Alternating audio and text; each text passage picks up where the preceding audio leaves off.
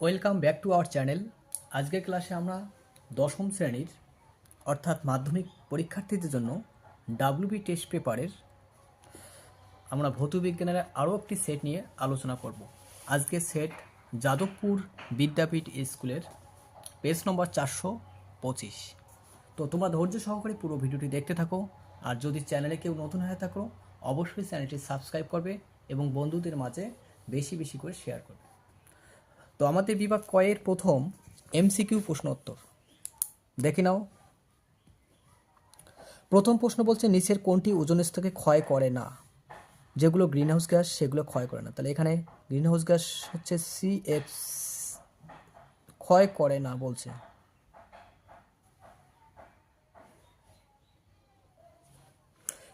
তাহলে সঠিক উত্তর হচ্ছে সি নম্বর CO2। নেক্সট কোশ্চেন বলছে P, V, রাশি দ্বারা 16 গ্রাম অক্সিজেন গ্যাসের অবস্থার সমীকরণ কী হবে? 16 গ্রাম অক্সিজেন গ্যাসের সমীকরণ আমরা সমীকরণ জানি PV = W/m/RT। তো এখানে ডাব্লুর জায়গা বলছে 16 আর অক্সিজেনের মোলার ভর 32। তাহলে 32কে 16 দিয়ে কাটলে 1/2 RT, অর্থাৎ 1/2 RT হবে সঠিক উত্তর। তাহলে 1/2 বি নম্বর অপশন। নেক্সট 50 গ্রাম অবশোষিত জিঙ্ক হাইড্রোজেন সালফার বিক্রিয়ায় 1 গ্রাম হাইড্রোজেন গ্যাস পাওয়া যায়। অবশোষিত জিঙ্কের নমুনা অশুদ্ধির পরিমাণ কত? উত্তর হবে 32.5 গ্রাম। কোনটির মান সর্বদা ধ্রুবক থাকে? এ নম্বর অপশান। স্থির চাপে গ্যাসের আয়তন প্রসারণ গুণাঙ্ক সর্বদা ধ্রুবক থাকে। কত থাকে মানটা? 1/273 degree C inverse. Next question কি বলছে? প্রিজমের মধ্য দিয়ে সাদা আলো প্রতিসরণের ক্ষেত্রে যে বর্ণের বিচ্যুতি সর্বাধিক হয় সেটি কি? সেটি হচ্ছে বেগুনি বর্ণ। খুবই ইম্পর্টেন্ট কোশ্চেন। নেক্সট 16 নম্বর 1.6। দৃশ্যমান আলোর তরঙ্গদৈর্ঘ্য থেকে নিচের কোনটি তরঙ্গদৈর্ঘ্য বড়? এটা হচ্ছে অবলোহিত রশ্মি, সি নম্বর অপশন।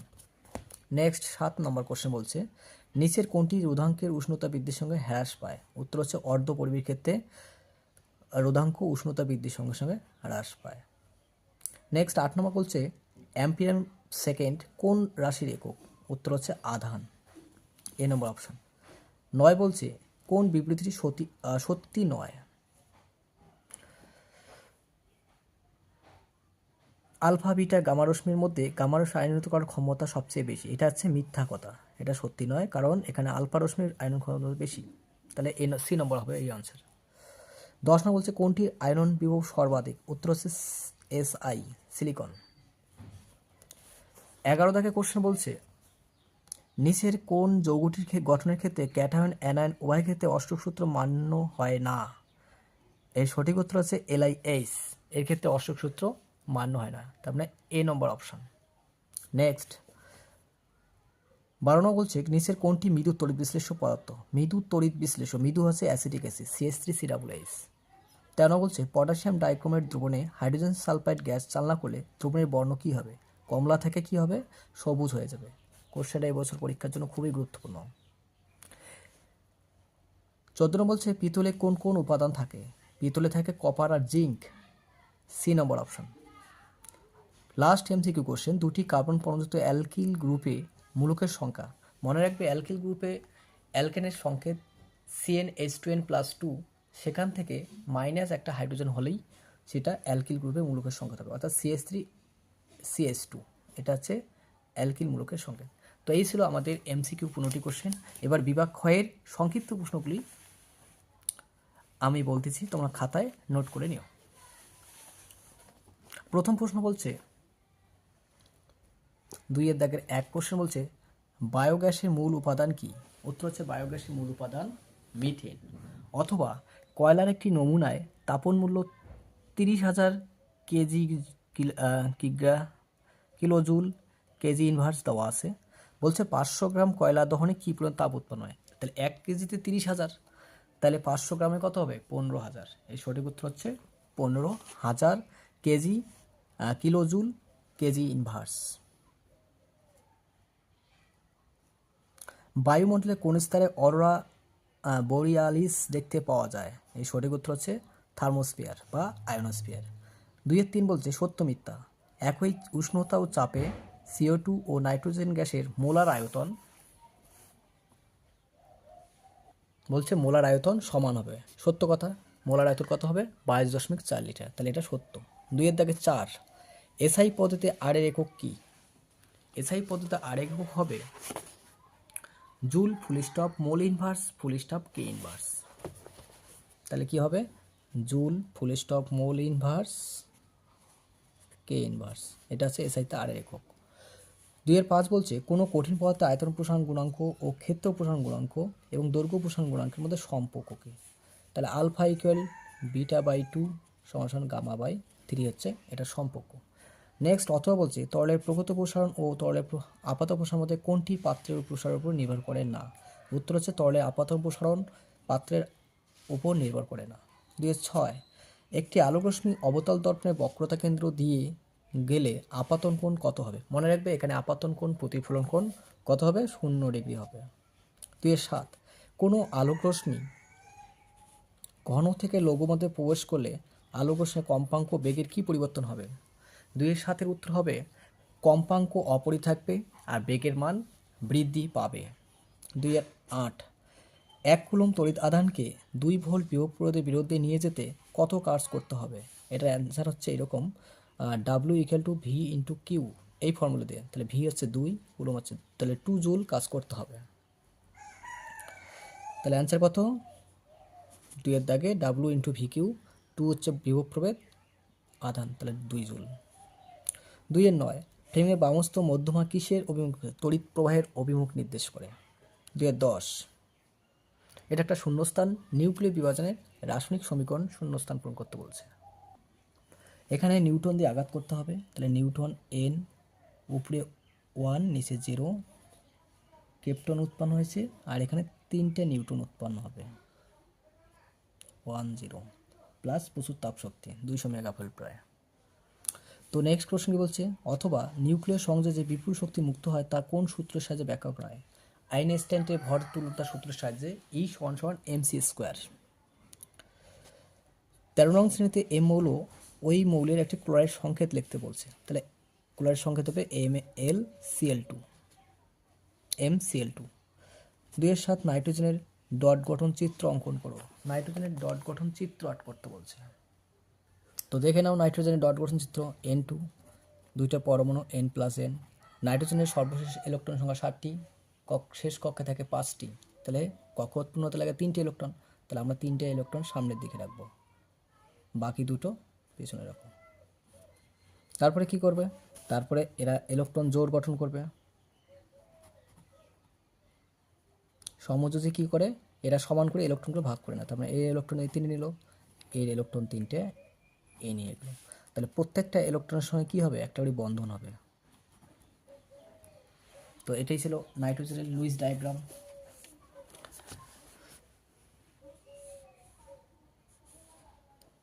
দুই 13 বলছে তড়িৎ বিশ্লেষণ পদ্ধতিতে তামার তামুচির উপর রূপার প্রলেপ দেওয়ার জন্য তড়িৎ বিশ্লেষ্য রূপে যে পদার্থ নেওয়া হয় তার নাম ও সংকেত। তাহলে তড়িৎ বিশ্লেষণ তামার তামস হচ্ছে ক্যাথোড আর বিশুদ্ধ রূপাটা হচ্ছে বিশুদ্ধ রূপাটা কি? অ্যানোড। তাহলে তড়িৎ বিশ্লেষ্য পদার্থের নাম কি হবে? পটাশিয়াম আর্যসায়ানাইড। সংকেতটা লিখে নাও। পটাশিয়াম আর্যসায়ানাইডের সংকেত পটাশিয়ামের জন্য K, থার্ড ব্র্যাকেট, রূপার জন্য Ag, সায়ানাইডের জন্য CN, ব্র্যাকেট দিয়ে 2, থার্ড ব্র্যাকেট ক্লোজ। এটা হচ্ছে পটাশিয়াম আর্যসায়ানাইড অর্থাৎ রূপার তড়িৎ বিশ্লেষ্য পদার্থ। তো নেক্সট কোশ্চেন আমাদের কি বলছে?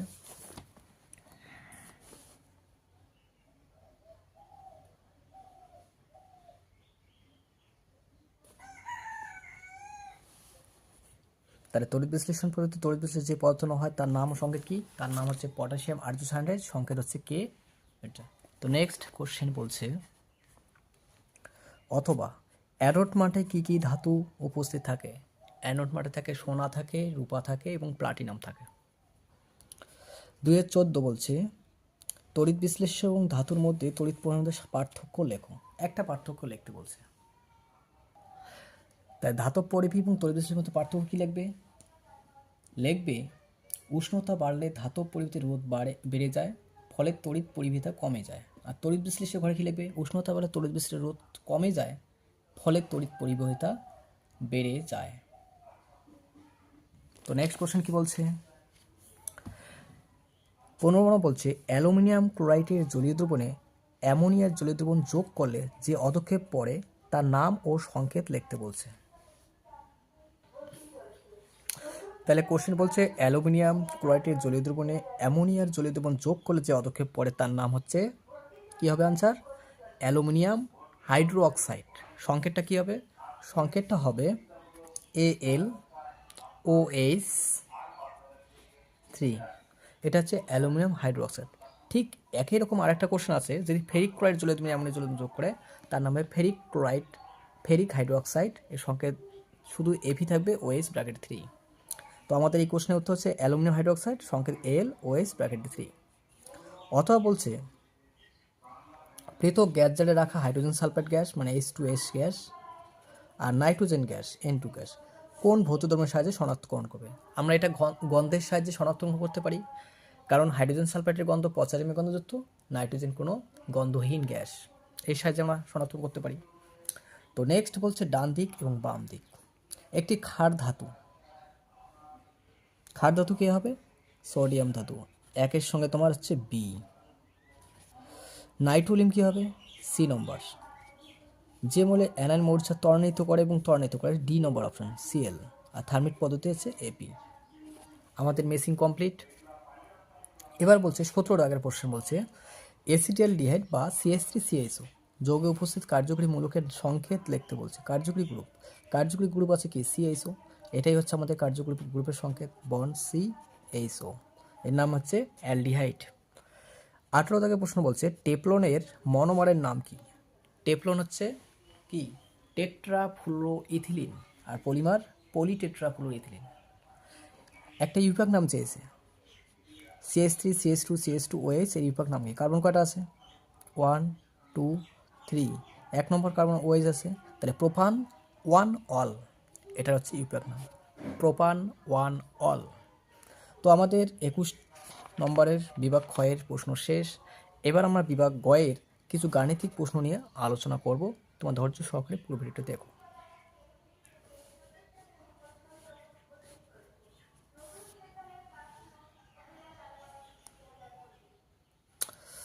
3-2 অথবা প্রশ্ন বলছে 27 ডিগ্রি উষ্ণতায় 500 cm³ আয়তনে গ্যাসের চাপ 1 বায়ুমণ্ডলের চাপের সমান। চাপের মান হ্রাস পেয়ে কত হলে গ্যাসটির আয়তন 27 ডিগ্রি উষ্ণতা 2 লিটার হবে। তার মানে কোশ্চেনটার মতো একটা জিনিস দেখা গেল, 27 ডিগ্রি তাপমাত্রা অপরিবর্তিত আছে, অর্থাৎ বয়লের সূত্র আমরা অ্যাপ্লাই করব এই অঙ্কে।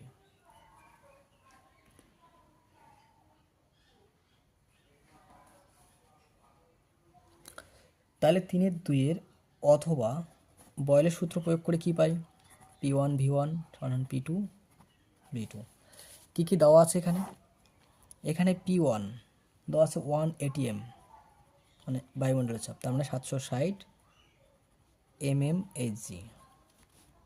V1 কত দেওয়া আছে, 500 সিসি মানে সেমিকিউব বা সিসি একে। P2 আমাদের V2 দেওয়া আছে কত, 2 লিটার, 2 লিটার মানে 2000 সিসি। তাহলে P2 ইকুয়াল টু প্রশ্ন চিহ্ন, এটা আমাদের বের করতে বলছে। তাহলে মানগুলো বসে দাও, 760 ইন্টু V1 হচ্ছে 500 সমান সমান P2 বসবে, P2 আর 2000, এইটা দিয়ে কাটলে আমাদের 4, তাহলে P2 ইকুয়াল টু 760/4, 4 দিয়ে কাটলে কত হচ্ছে, 4 × 4 4 লং 36, তার মানে 109 mmHg চাপ। তো এই ছিল আমাদের 3-2 অথবা প্রশ্ন।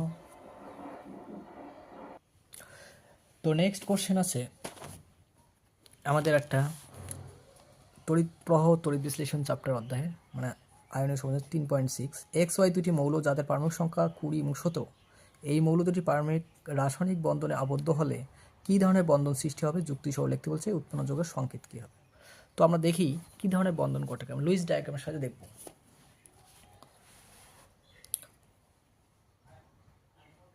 তো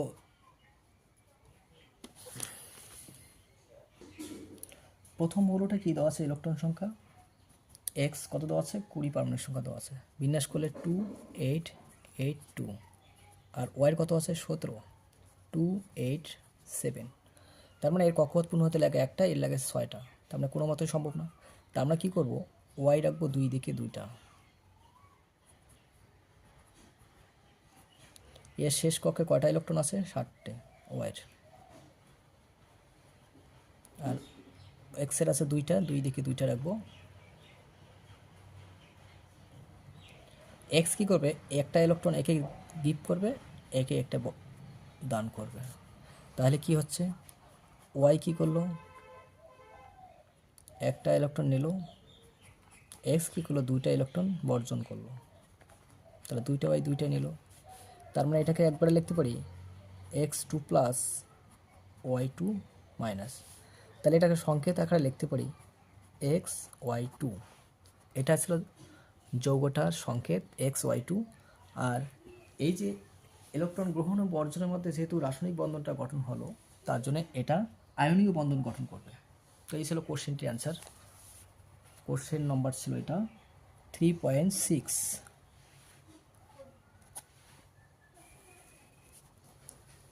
তো নেক্সট কোশ্চেন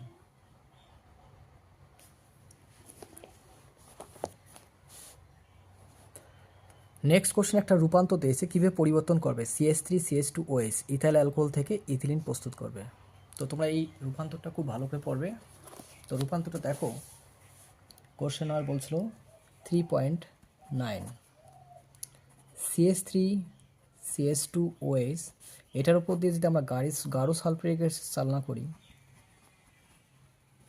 170 ডিগ্রি সি উষ্ণতায় তাহলে ইথিলিন উৎপন্ন হয় তো এই ছিল এটার রূপান্তর তো নেক্সট কোশ্চেন কি বলছে নেক্সট অঙ্ক হচ্ছে বিভাগ ঘয়ের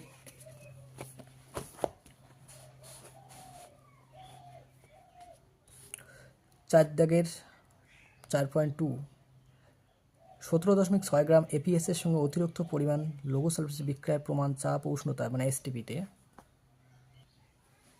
হাইড্রোজেন সালফার উৎপন্ন হয় মানে কত গ্রাম হাইড্রোজেন উৎপন্ন হয় আর উৎপন্ন হাইড্রোজেন সালফার আয়তন কত তো অঙ্কটা সলভ করা অলরেডি করে নিয়ে নেওয়া হয়েছে তোমার ধৈর্য সহকারে সলভটা কী করে করা হলো সেটা বলে দাও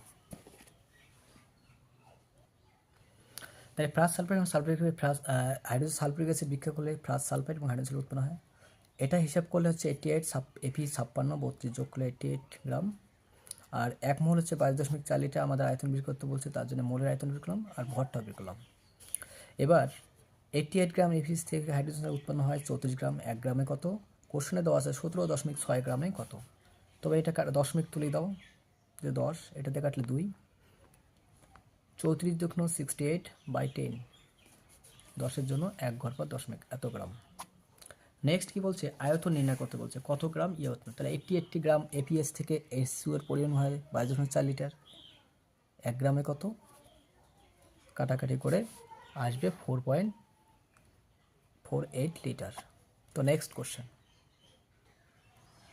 নেক্সট 4-2 অথবা বলছে 200 গ্রাম CaCO3 উত্তপ্ত করলে 112 গ্রাম ধাতুর অক্সাইড এবং একটি গ্যাসীয় অক্সাইড উৎপন্ন হয় গ্যাসটির বাষ্প ঘনত্ব দেওয়া আছে কত মোল গ্যাস উৎপন্ন হবে তো আমাদের ক্যালকুলেশন ক্যালসিয়াম কার্বন তাপলে ক্যালসিয়াম অক্সাইড মানে এই অক্সাইডটা গ্যাস উৎপন্ন হয়েছে তাহলে এটার পরিমাণটা কোশ্চেনে অলরেডি দেওয়া আছে 200 গ্রাম আর যে অক্সাইডটি উৎপন্ন হয় সেটারও বলা আছে 1200 গ্রাম আমরা ব্যালেন্সের ক্ষেত্রে জানি যে বিক্রিয়ক পদার্থের মোট ভর আর বিক্রিয়ক পদার্থের মোট ভর সমান অর্থাৎ ভর তুল্যতা সূত্র তা সেই উত্তরে এটা দেওয়া নেই তা আমরা কী করবো টোটালটার থেকে এটা মাইনাস করলে গ্যাসটার ভর পাবো তাহলে কার্বন হচ্ছে ভর সমান 200 থেকে 112 বিয়োগ করে 88 গ্রাম পেলাম এবার আমরা সূত্র জানি m সমান 2d বাষ্প ঘনত্ব দেওয়া আছে তাহলে মোলার ভর পাবো আণবিক ভর পাবো তাহলে m এর মান 2 × d বাষ্প ঘনত্ব দেওয়া আছে 22.22 তাহলে 44 পেয়ে গেলাম এবার আমাদের মোল সংখ্যা সূত্র কি W/m মানে গ্যাসের ভর 44 গ্যাসের ভর পেলাম 88 তাহলে 88 মোলার ভর কাটাকাটি করলে 2 মোল তো নেক্সট কোশ্চেন নেক্সট 4-7 একটি হিটারের গায়ে লেখা আছে 220 ভোল্ট 2 কিলোওয়াট হিটারটির রোধ কত আর হিটারটিকে বাড়িতে ব্যবহার করতে গেলে কত এমপিএর ফিউজ লাগাতে হবে কোশ্চেনটি খুবই ইম্পর্টেন্স তো 2 কিলোওয়াট, 1 কিলোওয়াট মানে কত? 1000 ওয়াট। 2 কিলোওয়াট মানে কত? 2000 কিলোওয়াট। এটা হচ্ছে পির মান, মানে পাওয়ার। এটা আমরা প্রথম করলাম। আমাদের পির মান 2000 ওয়াট দেওয়া আছে, ভি হচ্ছে 200 ভোল্ট। তাহলে আর এর মান বের করবো ভি স্কোয়ার বাই পি সূত্র সাহায্যে। বসার পর এখানে কাটাকাটি করব। কাটাকাটি করার পর 2 দিয়ে কাটলে 11 দুগুণে 22, 20 দুগুণে 2। তাহলে এখান থেকে আমরা আর এর মান পেলাম 24.2 ওহম। এবার পি সমান ভিআই থেকে আমরা প্রবাহ মাত্রা পাবো। পির মান বসে দাও। বসার পর এখানে উত্তর আসবে 9.01 এম্পিয়ার, প্রায় অ্যান্সারটা, মানে পুরোপুরি প্রায়। তো নেক্সট এবং আজকের আমাদের লাস্ট কোশ্চেন উত্তর, সেটা হচ্ছে 4.9 অথবা, এটা হচ্ছে পর্যায় সারণীর অঙ্ক। 4.9 অথবা বলছে এ বি সি ডি মৌলগুলির পারমাণবিক সংখ্যা যথাক্রমে 3, 9, 11, 19। এদের মধ্যে কোনটির বীজাণু ধর্ম সবচেয়ে বেশি? মৌলগুলিকে ক্রমবর্ধমান তড়িৎদ্বন্দ্ব সাজাতে বলছে। কোনটি পারমাণবিক ব্যাসার্ধ সবচেয়ে কম? তো তার আগে আমাদের মৌলগুলির ইলেকট্রন বিন্যাস করে নেই। এ কত দেওয়া আছে? এ দেওয়া আছে 3, তার মানে 2,1। বি কত দেওয়া আছে? 9, 2,7। সি কত দেওয়া আছে? 11, 2,8,1। ডি কত দেওয়া আছে?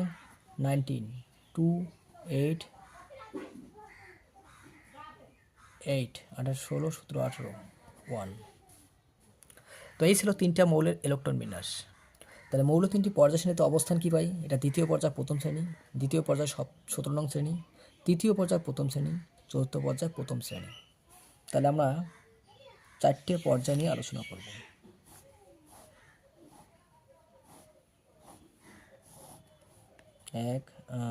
দ্বিতীয় পর্যায় থেকে শুরু, 2, 3,